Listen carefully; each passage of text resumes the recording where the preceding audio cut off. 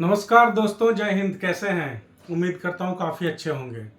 Time and tense हम लोग पढ़ रहे हैं और अभी जो हम लोग शूट कर रहे हैं, जो आप लोग देख रहे हैं, वो है class number 9, lecture number 9। 8 lectures हो चुके हैं। इन 8 लेक्चर्स में हम लोगों ने क्या क्या पढ़ा? हम लोगों ने पढ़ा कि टाइम क्या होता है, टेंस क्या होता है, टेंस आखिर ग्रामर में क्यों आया, ग्रामर में टेंस की इम्पोर्टेंस क्या है। फिर हमने पढ़ा 3 भाग में टेंस को किस आधार पे बांटा गया, कैसे, क्यों 3 टाइप का टेंस बना, पास्ट, प्रेजेंट, फ्यूचर। हमने ये भी जाना कि टेंस सिर्फ पास्ट और प्रेजेंट को क्यों कहते हैं, फ्यूचर को टेंस की कैटेगरी में ग्रामेरियंस क्यों नहीं रखते हैं। फिर तीनों टेंस को 4 अलग अलग भागों में बांटा गया है, सिंपल या इंडेफिनिट, कंटिन्यूअस या इम्परफेक्ट, परफेक्ट और परफेक्ट कंटिन्यूअस में। फिर हमने प्रेजेंट और पास्ट का पूरा पढ़ा, चारों सेक्शंस को, कि वो चारों सेक्शंस क्या हैं, कैसे हैं, किस तरह से उनमें ट्रांसलेशंस बनते हैं, कैसे वाक्य उनमें आएंगे, उनको हम पहचानेंगे कैसे। इस लेक्चर में शुरुआत होगी फ्यूचर टेंस की। अब हम लोग फ्यूचर में सबसे पहला इसका देखते हैं, सिंपल फ्यूचर या फ्यूचर इंडेफिनिट। कई सारे लोगों को जो पहले थोड़े बहुत पढ़ चुके होंगे उनको भी ये कंफ्यूजन होती है। वो कोई कहते हैं कि सर मैंने तो पढ़ा है कि जब अफर्मेटिव या नेगेटिव सेंटेंस लिखते हैं तो आई के साथ विल लगता है, बाकी समय आई के साथ इंटरोगेटिव अगर होगा तो शैल लगता है। आप गलत नहीं पढ़े हैं, लेकिन ये कंडीशनल है। कई लोगों को लगता है कि फ्यूचर में होने वाली सारी बातों के साथ विल शैल लगना ही होता है, उसको और किसी तरह से नहीं लिख सकते। ये गलत है। आप जान लीजिए कि विल और शैल का, जब हम अभी यहाँ से आगे बढ़ेंगे, पूरे फ्यूचर को एक्सप्लोर करेंगे, तो जानेंगे कि विल और शैल आमतौर पे जो जनरल रूल है वो कहता है कि आई और वी के साथ लगता है शैल और बाकी सब के साथ लगता है विल। फिर फ्यूचर में घटनाएं कैसी होती हैं, विल शैल के साथ किसको लिखते हैं, तो आप जान लीजिए, ध्यान दीजिए इस बात को, कहीं अलग से नहीं लिखा हुआ मिलेगा। जनरली आप सिंपली जानते हैं कि वह स्कूल जाएगा, सोमवार को यहाँ आएगा, मंगलवार को वहाँ जाएगा, कल ये करेगा, परसों वो करेगा, नहीं। अगर हम आज के अभी के समय में फ्यूचर को डिफाइन कैसे करते हैं, ये तो हम जानते हैं कि आगे आने वाले समय की बात करें तो कहा जाता है वो फ्यूचर की बात हो रही है, लेकिन उसमें भी कैटेगरी बना हुआ है ग्रामर के हिसाब से। सेंटेंस जब आप देखोगे तो आपको दिखेगा, और लिखा हुआ भी ग्रामर को, आप बहुत सारे ग्रामर के बुक्स को आप पढ़ेंगे तो उसमें आप पाइएगा क्या, फ्यूचर की कोई भी बात हो रही है वो हमेशा विल शैल के साथ लिखाएगा, जरूरी नहीं है। सिंपल फ्यूचर, जिसे फ्यूचर इंडेफिनिट कहते हैं, वो असल में क्या होता है ये जानिए।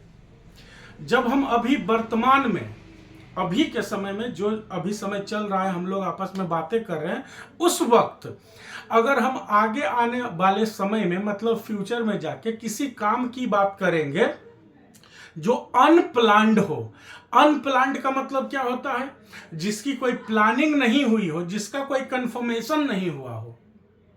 अब ये हम जानेंगे कैसे कि अनप्लान्ड है कि प्लान्ड है, तो वाक्य को लिखने का तरीका होता है। आप जानिए, ये बात दिमाग में रखिएगा। अनप्लान्ड घटना, अनप्लान्ड घटना मतलब क्या है, जैसे अभी आप कोई क्लास 10 में पढ़ रहा है, क्लास 12 में पढ़ रहा है, वो कहेगा कि हम MBA करेंगे, ये अनप्लान्ड है। लेकिन कोई कहेगा कि सोमवार को 11 बजे इस चीज का उद्घाटन होगा, चाहे कि अगला हफ्ता 15 तारीख को या अगले महीना 20 तारीख को हम ये काम करेंगे, या 12 मई को ये चीज होने वाली है, कोई भी XYZ काम की बात, ये प्लान्ड बातें होती हैं। तो ग्रामर कहता है कि आप अपने मन से वाक्यों को प्लान्ड या अनप्लान्ड में मत समझिए, आप लिखा हुआ जो सेंटेंस है उसके तरीके से पकड़िए कि प्लान्ड है कि अनप्लान्ड। ग्रामर कहता है कि जो अनप्लान्ड घटना होगा उसी को विल और शैल से व्यक्त किया जाएगा। मतलब कहीं भी सेंटेंस में लिखा हुआ है कि Ram will join this company, मतलब राम ये कंपनी ज्वाइन करेगा, तो खाली विल लिख के, या आई शैल ज्वाइन दिस कंपनी, मैं इस कंपनी को ज्वाइन करूंगा, खाली विल शैल लिखा हुआ है तो ये प्लान्ड घटना में नहीं आएगी। ये ग्रामर कहता है कि जो अनप्लान्ड घटना होता है, मतलब जिसका दिन, समय, तिथि, तारीख तय नहीं हुआ हो, जिसके पीछे आपने कोई व्यवस्था, कोई अरेंजमेंट नहीं करके रखा है, बस ये सोच रहे हैं कि ऐसा करेंगे या होगा, उसके पीछे ध्यान रखिएगा किसी तरह का व्यवस्था आपने नहीं किया है, कोई अरेंजमेंट नहीं किया है, कोई ढंग का प्लानिंग, क्या खर्च होगा, कब आएगा, कब जाएगा, कैसे काम होगा, किस दिन होगा, किस तारीख में होगा, कितना दिन के बाद होगा, ये प्लानिंग नहीं है, तब उसको सिंपल फ्यूचर में रखते हैं। सिर्फ आएगा जाएगा खाएगा पिएगा लिखा रहे तो समय पे बिना ध्यान दिए हुए हम लोग इसको सिंपल फ्यूचर में नहीं रखेंगे। जैसे मैं आपको बताता हूं कि अगर लिखा हुआ रहे कि राम सोमवार को कोई काम करेगा और आपको लिखा हुआ सेंटेंस क्या मिल जाएगा, Ram is going to do this work on Monday. क्या रहेगा, Ram is going to do this work on Monday. अब इसका हिंदी क्या होगा, हिंदी में क्या बोलता है कि राम इस काम को सोमवार को करने जा रहा है। अगर आम बोलचाल की भाषा में ये बोला भी गया कि राम सोमवार को ये काम करने जा रहा है, मतलब असल उसका क्या निकलेगा कि सोमवार को राम वो काम करेगा। तो अगर लिखा हुआ रहेगा Ram is going to do this work on Monday, मतलब राम सोमवार को वो काम करेगा, गोइंग टू के साथ लिखा हुआ है, मतलब उसकी प्लानिंग हो चुकी है, ये आपको समझना है। ग्रामर कहता है कि विल सेल के साथ जो लिखा हुआ रहेगा सेंटेंस सिंपल फ्यूचर में सब्जेक्ट के साथ विल सेल लगा के, तो वो अनप्लान्ड घटना है। अगर प्लान्ड घटना को आप विल सेल लगा के लिख रहे हैं तो गलत हो जाएगा, समझे। तो इस पे विशेष चर्चा इसके बाद करेंगे। अभी हम लोग देखेंगे कि फ्यूचर, सिंपल फ्यूचर या फ्यूचर इंडेफिनिट में क्या होता है। तो वर्तमान के किसी क्षण किसी पल में हम लोग आपस में बातें कर रहे हैं, कोई सोच रहा है, उस वक्त अगर फ्यूचर में कोई काम के करने या होने की बात करे तब वो किस में लिखा जाता है, वो फ्यूचर इंडेफिनिट में लिखा जाता है। और ध्यान रखिएगा सबसे लास्ट वाला लाइन, यहां जो ये लाइन लिखा हुआ है ये इंपॉर्टेंट लाइन है, इस पे ध्यान रखिएगा। क्या कहता है, ये कहता है ध्यान रहे फ्यूचर इंडेफिनिट वाला वाक्य अनप्लान्ड होता है। अनप्लान्ड का मतलब इसकी दिन तारीख तिथि तय नहीं होती है, इसके पीछे आपका कोई भी अरेंजमेंट पहले से नहीं हो चुका होता है।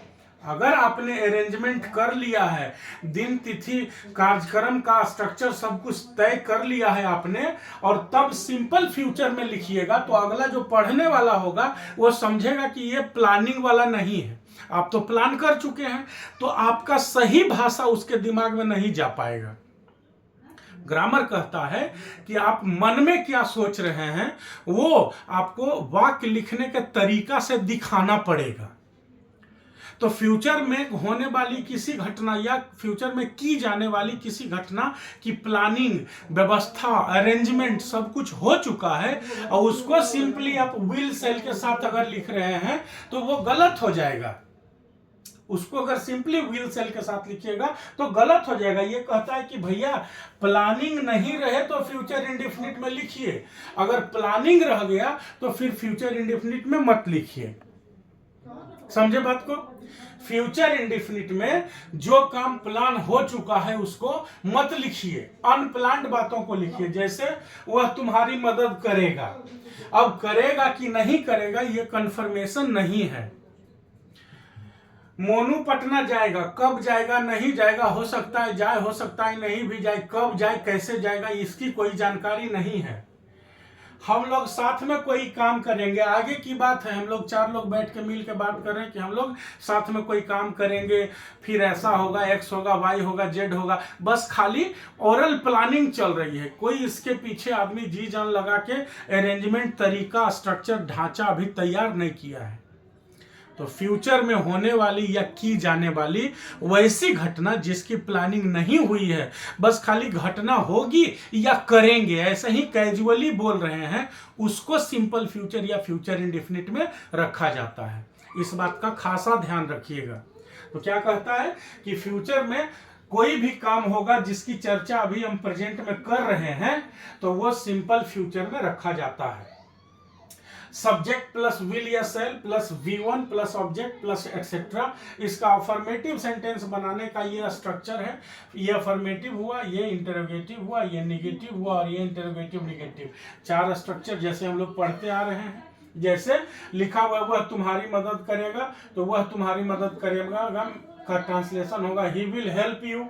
अब ये हो गया अफर्मेटिव, फिर ये वाला हो गया इंटरोगेटिव, ये वाला हो गया निगेटिव और ये वाला हो गया इंटरोगेटिव निगेटिव। 4वां स्ट्रक्चर लिखा हुआ है। और इस नोट पे ध्यान रखिएगा, सेल लगाने के लिए आई और वी के साथ सेल और अन्य सभी के साथ विल लगता है। पहली बात ध्यान रखिएगा। और दूसरा, अनप्लान्ड होता है जो फ्यूचर वाला, उसी को हम फ्यूचर इंडेफिनिट में रखते हैं। ये फ्यूचर इंडेफिनिट का बेसिक्स है कि आगे आने वाले समय में वैसे कोई काम को करने की बात कर रहे हैं जिसकी प्लानिंग, जिसकी स्ट्रक्चर नहीं हो रखी है, जिसका दिन, तिथि, समय, तारीख, योजना अभी नहीं बना है, बस दिमाग में एक काम के तौर पे उसको कह रहे हैं, हम सिर्फ उसी को सिंपल फ्यूचर में लिखते हैं। क्लियर है? यहां तक ये क्लियर हो गया? तो हमें इस बात का खासा ध्यान रखना होगा। सिंपल फ्यूचर या फ्यूचर इंडेफिनिट में किसे रखेंगे? वैसी घटना, वैसी बात, वैसा काम जो हम फ्यूचर में करेंगे तो, लेकिन उसका कोई स्ट्रक्चर, उसकी कोई स्ट्रेटजी, उसका कोई दिन तारीख जिसका तय नहीं हुआ।